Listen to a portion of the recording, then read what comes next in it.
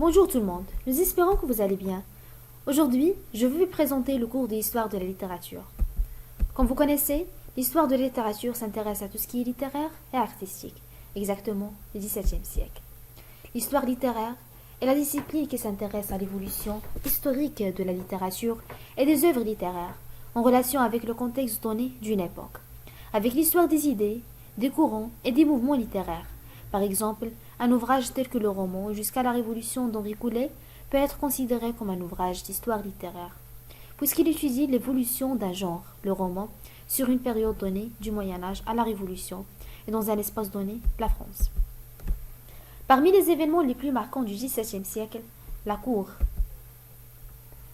Louis XIV fait de Versailles son lieu de résidence principale. Il fait réaliser d'importants aménagements en faisant venir les artistes les plus renommés. La cour s'y installe en 1682. Versailles devient dès lors une ville-palais, le symbole éclatant de la monarchie absolue. Une cour composée de plusieurs milliers de personnes, des plus hauts princes aux plus humbles serviteurs, qui gravitent autour du roi et des membres de sa famille. Son rôle, en France, la cour de cassation est la juridiction la plus élevée du système judiciaire. Il a pour rôle de trancher le droit et non l'effet des décisions. Comme vous voyez ici, Louis XIV s'entoure de bourgeois pour infléchir la présomption des grands seigneurs et affirmer leur dépendance au pouvoir royal. Il manifeste le pouvoir du roi sur les nobles, chaque détail est signifiant pour faire du roi le centre du monde. La Fronde, l'un des événements les plus marquants du XVIIe siècle. Entre 1648 et 1653, le royaume de France est touché par une série de révoltes. Les membres du Parlement parisien, puis plusieurs membres de la noblesse, contestent l'autorité royale. Le roi Louis XIV est alors mineur. Sa mère, la reine Anne, exerce la régence, mais les nobles profitent de cette période d'entre eux pour faire valoir leurs intérêts. La reine Anne et son ministre Mazarin réagissent avec fermeté.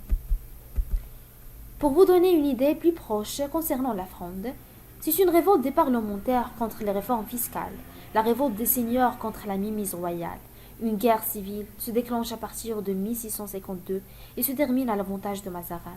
Cette dernière se répercute sur la santé et l'économie, ce qui ouvre la porte à la misère.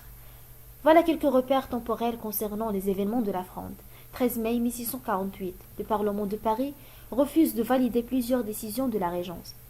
Avril 1649, rébellion à Bordeaux et Aix. 18 janvier 1650, révolte mobilière. 3 février 1653, fin de la Fronde. Avant de terminer la vidéo, je vais remercier mes amis Alaya Marghani, Inès Shraibi et Hibayet Omar pour leur effort considérable pour faire la vidéo en termes de montage et de représentation. Maintenant, on arrive à la fin. J'espère que vous avez bien aimé la vidéo et merci pour votre attention.